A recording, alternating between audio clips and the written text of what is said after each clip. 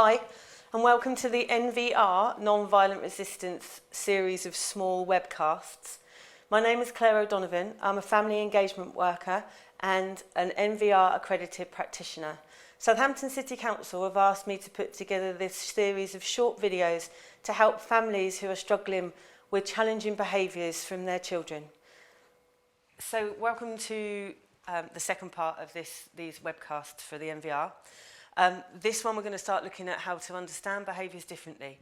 A lot of the time I think we often feel that aggression and the difficult behaviours that our children are displaying are directly an attack at us. What I'm going to try and hopefully get you to understand and hopefully get you to think about is that perhaps it's not you. Perhaps it's just the way that they're expressing themselves. They're trying to tell you something.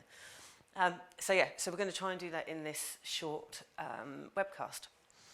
One of the biggest questions that I think parents and myself ask all the time is, why are they doing that?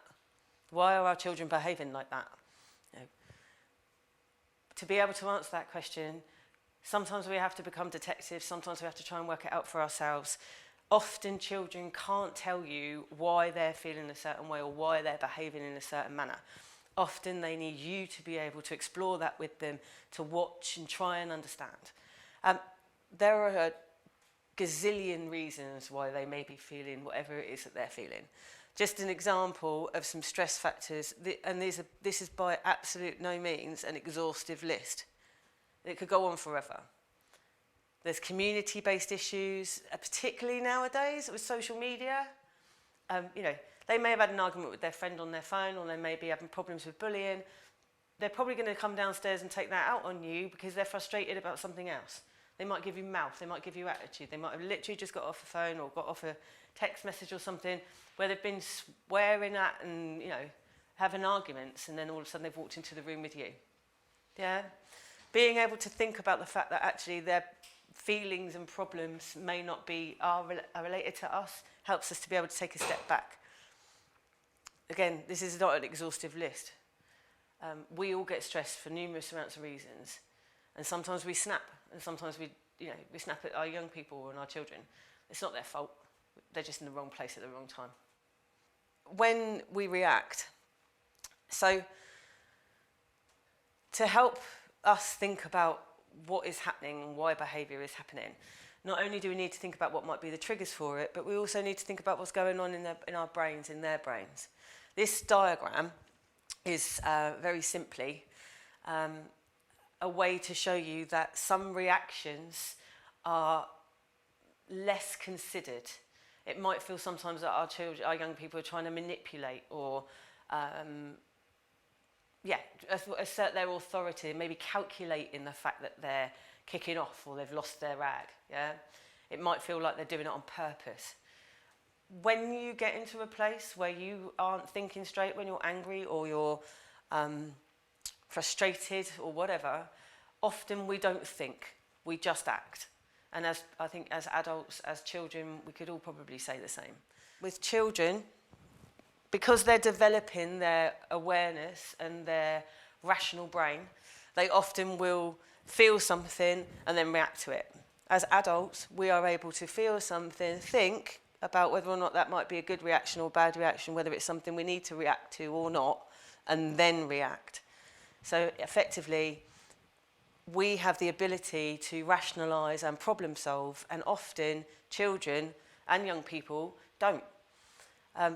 There's something about an understanding from a parent point of view that children's brains don't work like ours. They don't process information like we do. They haven't had the experiences that we have. They haven't learned.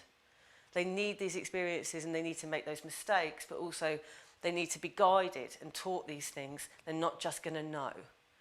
I think as parents, sometimes we expect our children to think like us or just know, and they don't.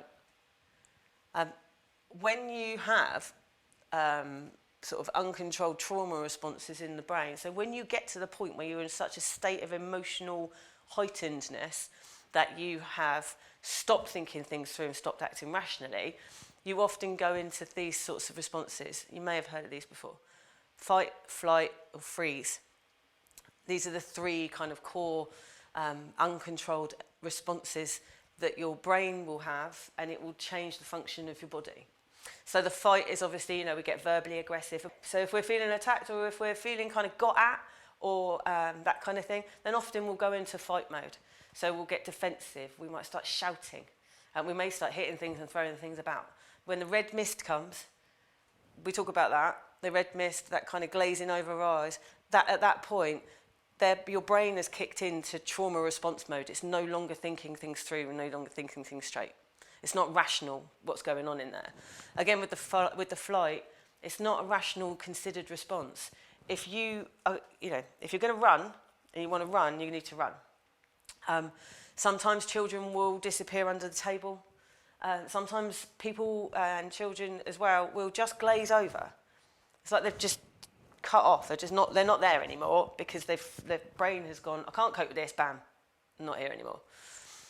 Freeze, obviously you hear about, rabbit in headlights, that kind of stuff. This is all reactions to heightened emotional states. And although you and I may not think that the way that our young people are reacting to things that are happening around them should be quite as traumatic or dramatic, it's their brain process and that's what they're doing. It's not a conscious decision necessarily that they're making. You may have heard the phrase, flip the lid.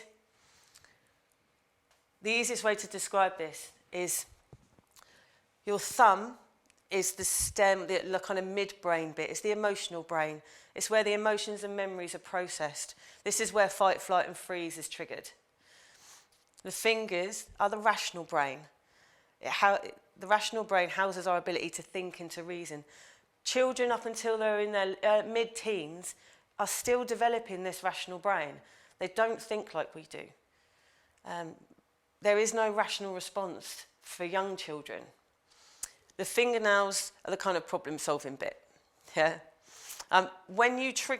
When something triggers us, when we don't understand something or we become overwhelmed about things, basically we flip our lid, which you've heard a lot, I'm sure, which basically means that the cortex, the fingernails, have a very poor connection with the thumb, and that logical reason shuts off.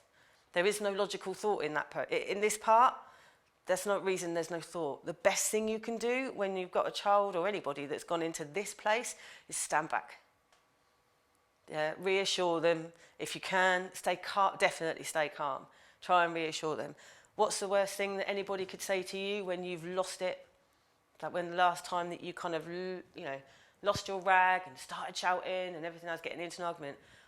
I know the worst thing that anybody could say to me when I'm in that state is calm down. But we say it to our young people and our children all the time.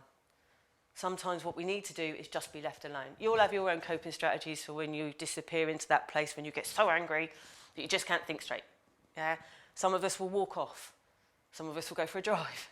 Some of us will do lots of things.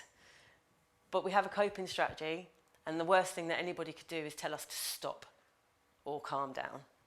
But we do it to our young people all the time. Help them discover what their coping strategy is, and the behaviour will stop quicker. Upstairs brain, downstairs brain thinking. When that lid has flipped, this upstairs brain, all the thinking, the body control, the playfulness, the empathy, the care for how you're feeling, it's not there.